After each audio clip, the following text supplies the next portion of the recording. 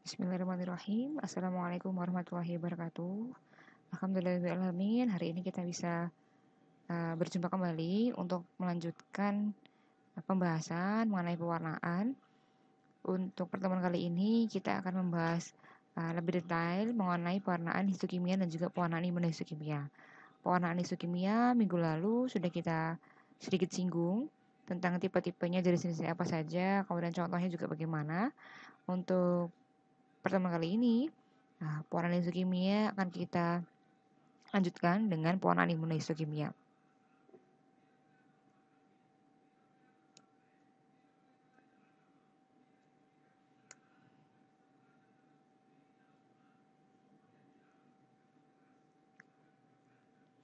Untuk pewarnaan histokimia sendiri,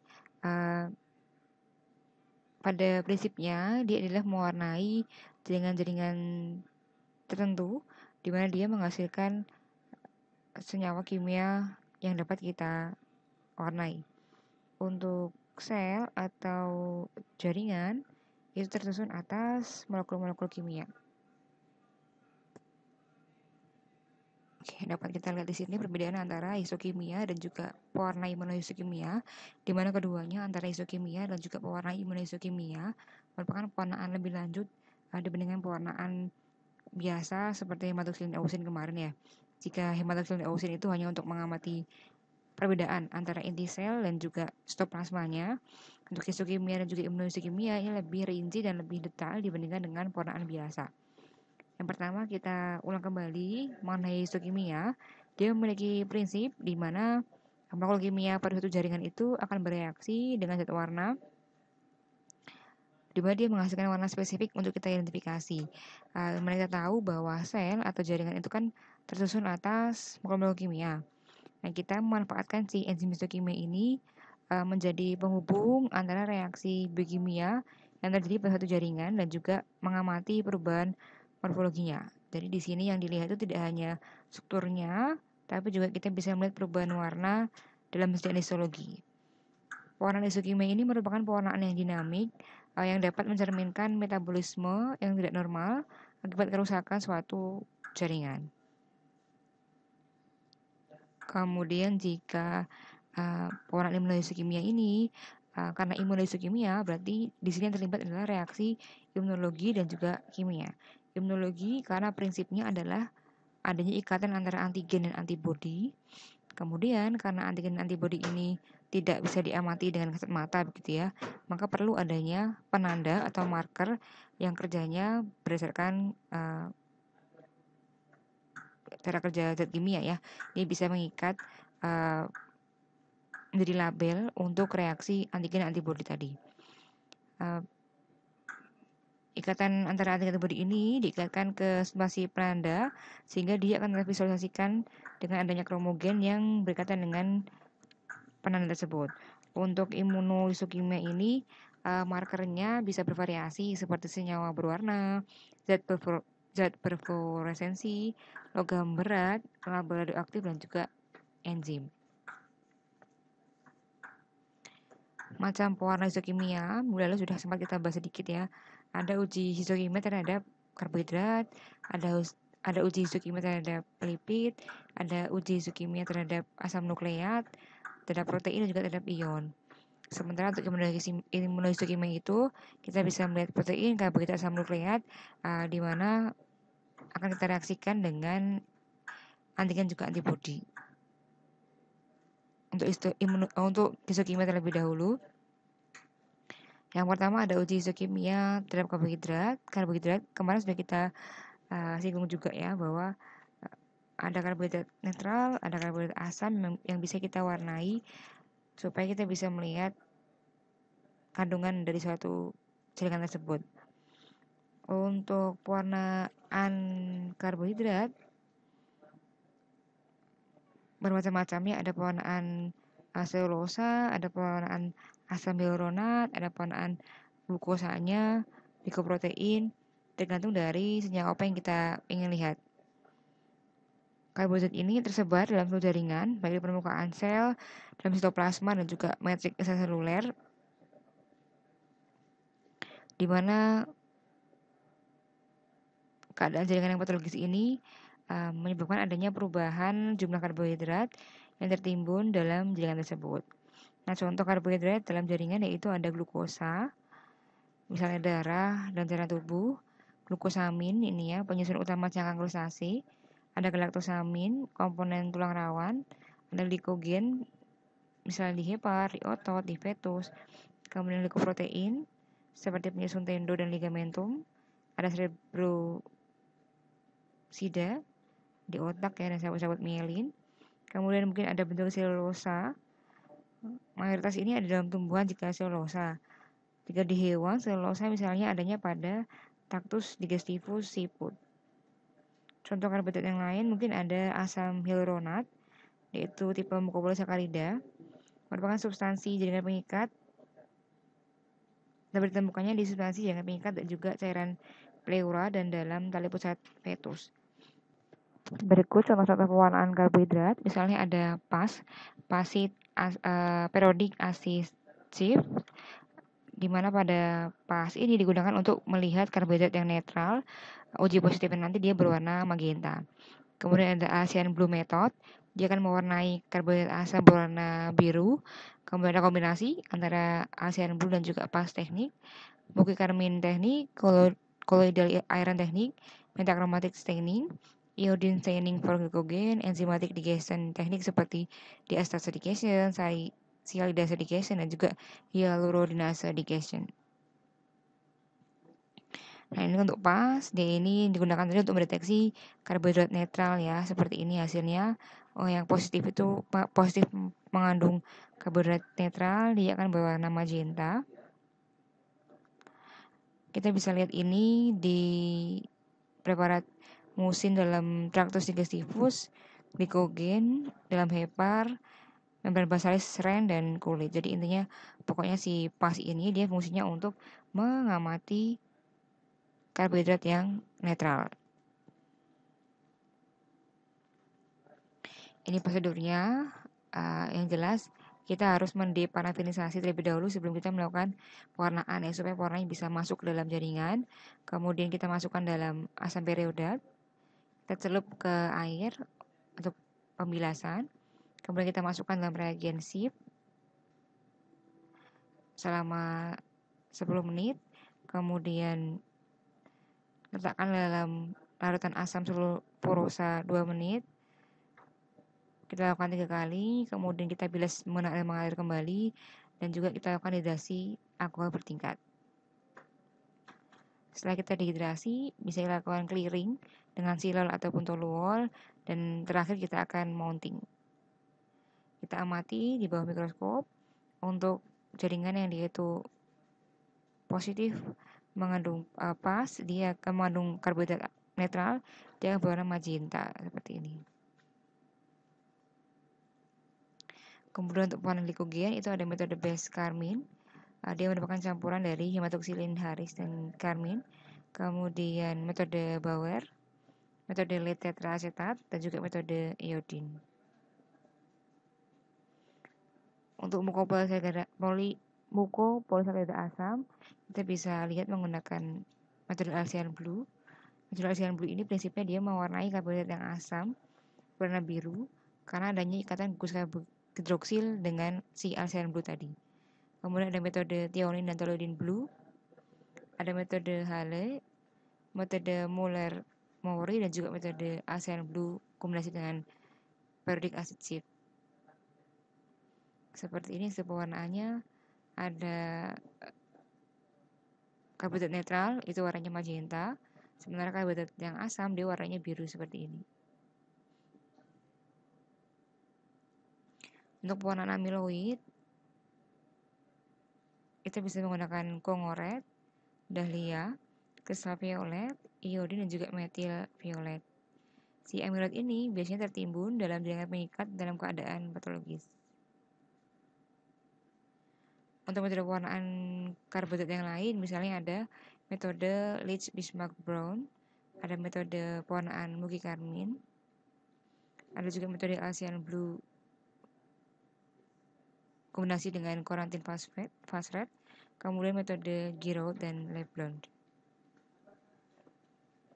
Berikutnya ada uji isokimia terhadap lipid, di mana untuk lipid ini harus berhati-hati pada tahap awal, karena ada beberapa tahapan yang itu bisa menghilangkan lipid pada proses-proses sebelumnya. Kemudian poin penting juga pada pewarna lipid, dia itu harus menggunakan pewarna yang larut lemak supaya bisa mewarnai lemak ini dengan baik. Contoh lipid penyusun jaringan ada plasmalogen, ada singomielin, cerebrosid, kolesterol, asam empedu, hormon-hormon reproduksi, hormon-hormon dari korteks kelenjar supranalis, dan juga vitamin D. Ini untuk pewarnaan lipid bisa menggunakan metode Markov's-Way ini ya, atau menggunakan lipid crimson atau metode all red O. Ini lipidnya kan berwarna merah seperti ini ya. Metode lain misalnya metode Sudan Blue, metode Sudan 4 atau skala red R, dan juga metode Sudan Brown. Ini beberapa metode lain dalam pewarnaan lipid. Sementara ini untuk pewarnaan kolesterol dan esternya ada reaksi digitonin, metode Schultz-Smith, metode modifikasi Schultz, metode modifikasi Romeo.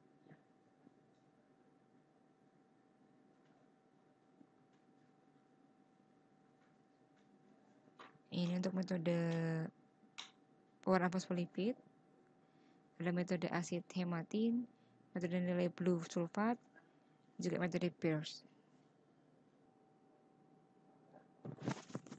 Berikutnya ada uji stokimia terhadap asam nukleat, DNA maupun RNA dapat diidentifikasi baik menggunakan pewarna dasar ataupun pewarna isokimia. Pewarnaan yang umum dipakai dalam pewarnaan dengan dasar asam nukleat adalah Fulgens DNA ini ya. Untuk reaksi Fulgen ini dia menghidrolisis asam untuk menghilangkan basa pun dari DNA, kemudian terbentuk aldehid. Nah, aldehid bebas ini bereaksi dengan reagensif menyebabkan warna merah pada nukleusnya. Untuk metode lainnya ada pewarna fluorescence, misalnya ada acridins orange. Struktur yang mengandung DNA RNA dapat terwarnai dengan pewarna basa. Dia tidak spesifik karena struktur basofil lain juga bereaksi positif pada pewarna ini ya. Ini untuk prosedur reaksi Fulgen sama diparafinasi terlebih dahulu, kemudian kita masukkan dalam HCl1N panas, kemudian dicelupkan ke dalam aqueous dan dimasukkan dalam reagen shift tadi. Setelah itu pindahkan ke asam sulfurosa, kita cuci dalam air mengalir, kita dinginkan, kemudian dibilas kembali, kita clearing dan kita mounting dengan ada balsam. Ini macam-macam fiksatif dan juga waktu hidrolisisnya. Ada etanol misalnya dia mampu menghidrolisis dalam waktu 5 menit, kemudian yang sering digunakan adalah formalin itu dalam waktu 8 menit. Ini prosedur pewarnaan methyl green atau pironin untuk DNA dan RNA. Dia akan menghasilkan warna hijau untuk DNA dan juga warna magenta untuk RNA. Untuk uji isokimia terhadap protein dan enzim, pewarnaan protein pada umumnya merupakan pewarnaan yang lama. Namun ternyata pewarnaan tersebut mampu mengidentifikasi secara spesifik untuk beberapa jenis asam amino. Misalnya reaksi Milion untuk tirosin, reaksi Sakaguchi untuk arginin, reaksi tetrazotid benzidin untuk tryptofan. Nah, kelas spesifik untuk enzim dapat dideteksi menggunakan teknik enzim histokimia, sedangkan untuk protein spesifik menggunakan teknik imunohistokimia. Di metode Dunn atau Thomson untuk hemoglobin, di mana hemoglobin akan terwarnai hijau begitu ya, kemudian darah merahnya lebih gelap.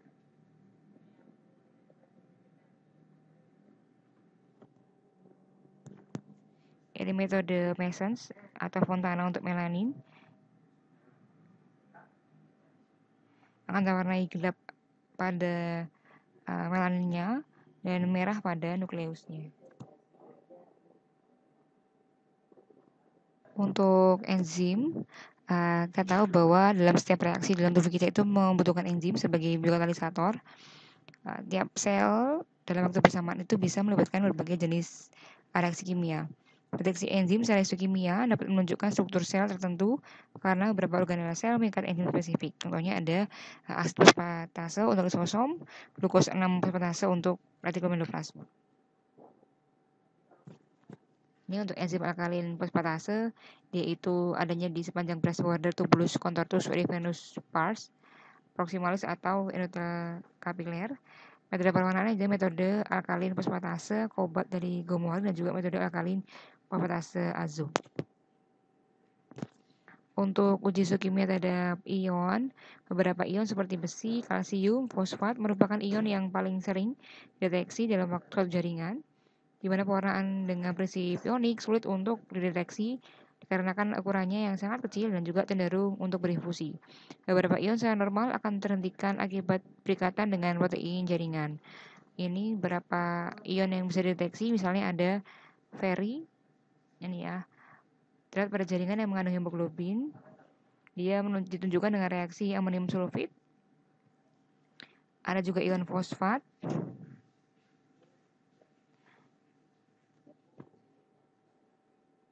Ditunjukkannya dengan metode perak nitrat dari von Kosain ya. Deteksi ion besi salah satunya digunakan untuk mengidentifikasi sel yang berhubungan dengan metabolisme hemoglobin dan juga mendiagnosis kerusakan akibat pengendapan besi di dalam jaringan, di mana disebut dengan hemosiderosis atau hemokromatosis. Ini untuk endapan kalsium atau fosfat ya, dia warnanya hitam. Deteksi ion kalsium fosfat ini menggunakan teknik von Kosa. Jaringan yang mengandung fosfat bereaksi dengan perak nitrat membentuk perak fosfat, kemudian bereaksi dengan hidrokuinon untuk membentuk endapan hitam seperti ini ya. Di mana hitam ini merupakan hasil dari reduksi perak. Mekanisme pewarnaan ini pada umumnya digunakan untuk deteksi pengendapan kalsium fosfat pada pembentukan tulang.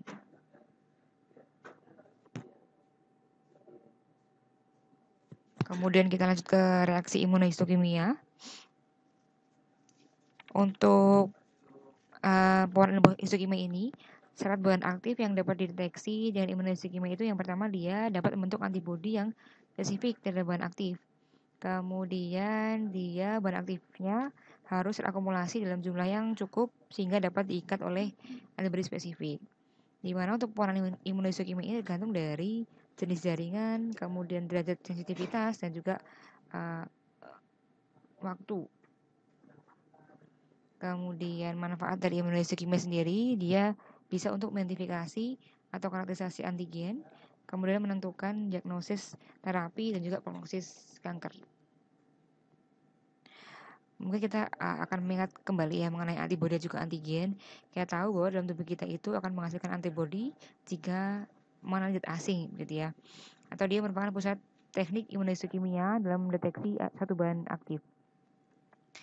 Bentuknya antibodi, jika kita ingat kembali, dia bentuknya seperti Y, di mana dia punya dua tangan, ada sisi yang light chain dan juga heavy chain, ada rantai ringan dan juga rantai yang dia berat ya. Untuk antibodi sendiri, dia itu harus memenuhi beberapa syarat teknis. Yang pertama, dia harus memiliki spesifikasi yang tinggi.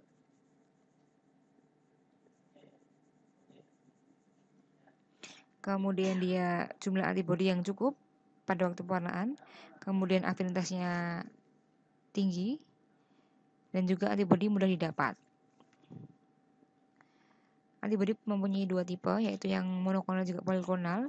Untuk monoklonal ini, dia itu mengandung satu jenis antibodi untuk satu sisi epitop.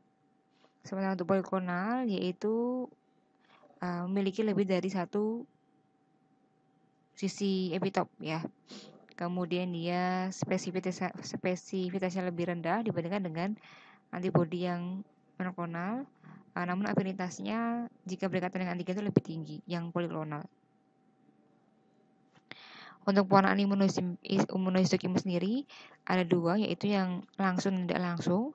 Untuk yang langsung itu artinya kita hanya menggunakan satu antibodi, di mana antibodi ini langsung berikatan dengan antigen, dan pada antibodi ini kita berikan pewarna atau marker supaya reaksi antara antigen dan antibodi dapat kita amati. Namun jika yang indirect, tidak langsung, kita menggunakan dua antibodi, ada antibodi primer dan juga antibodi sekunder, di mana antibodi primer ini yang berfungsi untuk menangkap antigen, dan antibodi sekunder nanti akan menempel pada antibodi yang primer.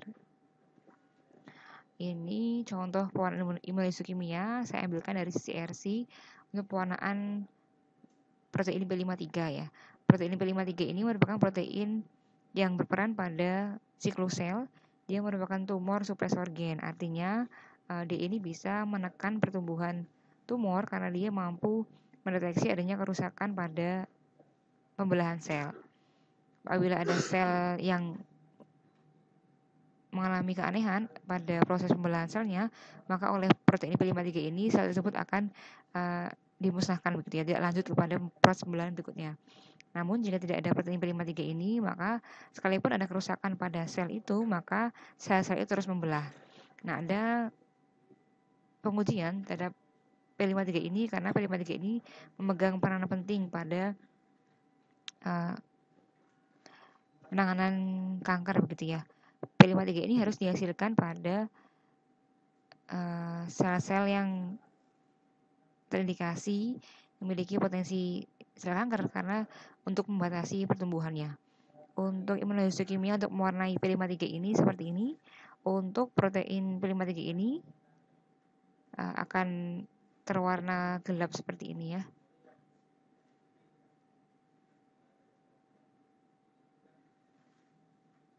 Ini contoh dari pewarnaan imunohistochemia. Nah, ini sebagai gambaran untuk imunohistochemia reaksi yang terjadi. Misalnya kita punya hormon prolaktin dari mencit ya. Kita punya hormon prolaktin ini kita ibaratkan sebagai antigen begitu ya. Kita masukkan ke dalam rat, rabbit atau goat. Karena ini zat asing, kita masukkan dalam rabbit, rat atau goat, maka mereka akan menghasilkan antibodi. Nah, antibodi inilah yang kita sebut sebagai antibodi primer. Antibodi primer ini nantinya yang kita gunakan untuk pengujian untuk deteksi berikutnya. Ini macam-macam marker untuk imunohistochemia. Ada fluorescence tadi, FETC, fluorescent isocyanate, dia warnanya akan hijau. Ada Texas red, dia akan mewarnai merah. Kemudian enzim, ada peroxidase, alkalin dan juga fosfatase. Untuk logam sendiri ada gold. Nah, yang dilakukan untuk imunohistochemia sama dengan penyiapan preparat yang lain, yaitu kita siapkan dulu preparatnya. Namun untuk pewarnaan imunohistochemia sendiri ini pada tahap fiksasi mungkin tidak akan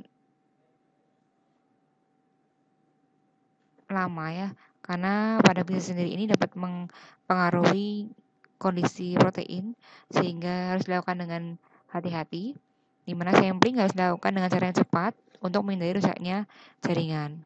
Kemudian perlu kondisi bersih untuk menghindari kontaminasi bahan lain. Preparat yang sulit dipenetrasi oleh fixatif dianjurkan untuk dilakukan perfusi. Pada proses fiksasi, ukuran sampel dipotong menjadi ukuran yang cukup kecil agar secepat mungkin dipenetrasi oleh fixatif ya. Jangan terlalu lama karena bisa merusak senyawa kimia. Kita bisa lakukan pada dua jenis preparat, yaitu preparat segar dan juga preparat fiksasi. Untuk preparat segar ini umumnya untuk keperluan diagnostik ya, jadi dibutuhkan segera sehingga langsung kita lakukan pewarnaan untuk deteksi penyakit. Namun kelemahannya struktur histologisnya ini kan belum sempat kita fiksasi ya, maka dia bisa rusak. Kemudian enzim-enzim yang dapat mempengaruhi hasil pewarnaan bisa masih aktif karena kan dia masih baru saja kita ambil ya. Misalnya ada endogenous peroxidase. Jenis preparat yang lain yaitu ada preparat fiksasi. Untuk preparat fiksasi ini dia perlu proses lama dan panjang karena dia kan kita beri tahapan di awal dulu sebelum kita warnai, sehingga kita butuh banyak tahapan dan juga waktu dulu yang lama. Kemudian dia baik untuk deteksi bahan aktif seperti gambaran histologis yang utuh. Biasanya ini jarang untuk diagnostik ya, karena dia lebih seringnya untuk pengamatan dalam jangka waktu yang lama. Kemudian fiksasi, larutan yang dipakai yaitu ada buffer formalin, kemudian formalin dan juga larutan bowin. Untuk lamanya fiksasi tergantung dari sensitivitas dari pewarnaan itu sendiri. Untuk penggunaan fiksasi, ada beberapa hal yang perlu kita pertimbangkan, diantaranya jenis jaringan, kemudian sesuai petunjuk penggunaan dari antibodi yang dipakai, kemudian daya tembus fixatifnya, dan juga pengaruhnya terhadap bahan aktif yang akan dideteksi. Tahapan selanjutnya sama yang seperti tahapan pembuatan preparat, yaitu ada dehidrasi, clearing, kemudian infiltrasi, dan juga blocking. Setelah siap, maka kita potong menggunakan mikrotom. Ketebalannya antara 5 hingga 50 mikrometer ini, kemudian kita rekatkan dalam gelas benda.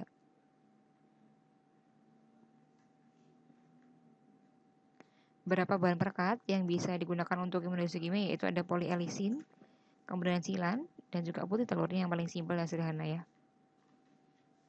Ini perlakuan pre-inkubasi, dia itu menghilangkan gangguan pada hasil pewarnaan supaya tidak mengganggu hasil pembacaan ya. Ada blocking background dan juga blocking endogenous peroksidase. Kemudian selain blocking background dan juga blocking endogenous peroksidase, ada lagi gaya elektrostatik, alir bebas, dan juga retrieval antigen mask. Untuk yang tadi ya, tekniknya ada yang langsung dan tidak langsung. Langsung itu berarti kita hanya menggunakan satu antibodi, kita ikatkan kepada antigen yang sudah si antibodi yang sudah dilabeli oleh pewarna. Sementara tidak langsung ini kita menggunakan dua antibodi. Selain itu masih ada satu lagi yaitu menggunakan protein A. Nah, ini mirip dengan metode tidak langsung, di mana antibodi primernya ini tidak berkaitan langsung dengan penanda, tapi berkaitan dengan protein A tadi. Kemudian ada metode antibodi tanpa label, metode avidin biotin. Nah, ini pengetahuan kromogen. Kromogen merupakan zat yang dapat memvisualisasikan ikatan imunokompleks tadi antara antibodi dan juga antigen tadi. Contoh, dalam proses pewarnaan menggunakan peroksidase sebagai substansi penanda, maka dalam larutan kromogen dicampurkan peroksidase, dan peroksida akan berdekatan dengan peroksidase ini. Untuk contrast stain, dia bertujuan untuk memvisualisasikan detil jaringan selain bagian yang terwarnai secara imunohistokimia. Secara morfologis, hasil pewarnaan imunohistokimia ini yang disertai contrast stain menjadi lebih indah dan juga menarik. Itu ya, mungkin ini hanya pengantar saja. Nanti kita bisa baca banyak jurnal untuk menguatkan pemahaman kita mengenai histokimia dan juga imunohistokimia. Udah gitu dari saya cukup sekian. Kurang lebihnya mohon maaf. Terima kasih atas perhatiannya. Wassalamualaikum warahmatullahi wabarakatuh.